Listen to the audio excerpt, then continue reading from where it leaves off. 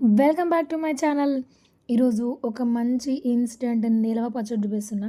నిజంగా ఇది దాదాపు ఒక 15 డేస్కి పైగా నిల్వ ఉంటుంది. టేస్ట్ మాత్రం అప్పటికప్పుడు పెట్టినట్టుగా క్రంచీగా చాలా అంటే చాలా బాగుంటుంది. ఇక్కడైతే నేను ఉల్లిపాయతోటి నిల్వ పచ్చడి పెడుతున్నా. నిజంగా చాలా బాగుంటుంది, ఒకసారి ట్రై చేసి చూడండి. ఏ టైంలో తిన్నా కూడా అంతే క్రంచీగా ఉల్లిపాయ టేస్టీగా మంచిగా ఉంటుంది అనమాట.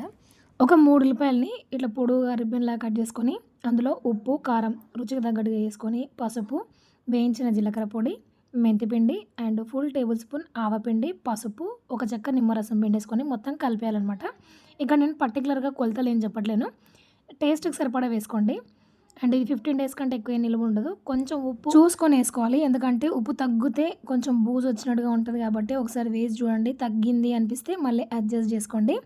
అండ్ ఒక చెక్క నిమ్మరసం కూడా పిండేసుకొని మొత్తం కలిపేసి ఈ ఉల్లిగడ్డలు మునిగేంత వరకు నూనె అయితే వేసుకోవాలి. అయితే పల్లి నూనె అయితే ఇంకా టేస్ట్ బాగుంటుంది అనమాట. ఈ పచ్చడి పెట్టిన వెంటనే తినేయచ్చు అనమాట, అప్పటికప్పుడు. టేస్ట్ మాత్రం నిజంగా చాలా అంటే చాలా బాగుంటుంది. మనం ఉల్లిపాయ, ఉప్పు, కారం, పచ్చి ఉల్లిపాయలు వేసి కలిపాం కాబట్టి ఉల్లిపాయ ఘాట్ అనేది ఏమి ఉండదు. అండ్ రాగా తిన్న ఫీలింగ్ అసలే ఉండదనమాట. అండ్ ట్రై చేయండి, ట్రై చేసి ఎలా వచ్చిందో కామెంట్ చేయండి. నేను పెట్టిన తర్వాత ఒక 1 వీక్ తర్వాత చూపిస్తున్నాను చూడండి.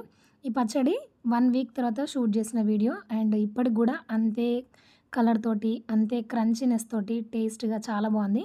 అండ్ ట్రై చేయండి, ఎలా వచ్చిందో కామెంట్ చేయండి. మీ ఫ్రెండ్స్ అండ్ ఫ్యామిలీ మెంబర్స్ కూడా షేర్ చేయండి. మరికొన్ని డిఫరెంట్ వీడియోస్ కోసం ఛానల్ని సబ్స్క్రైబ్ అవ్వండి. Thanks for watching. జై శ్రీరామ్.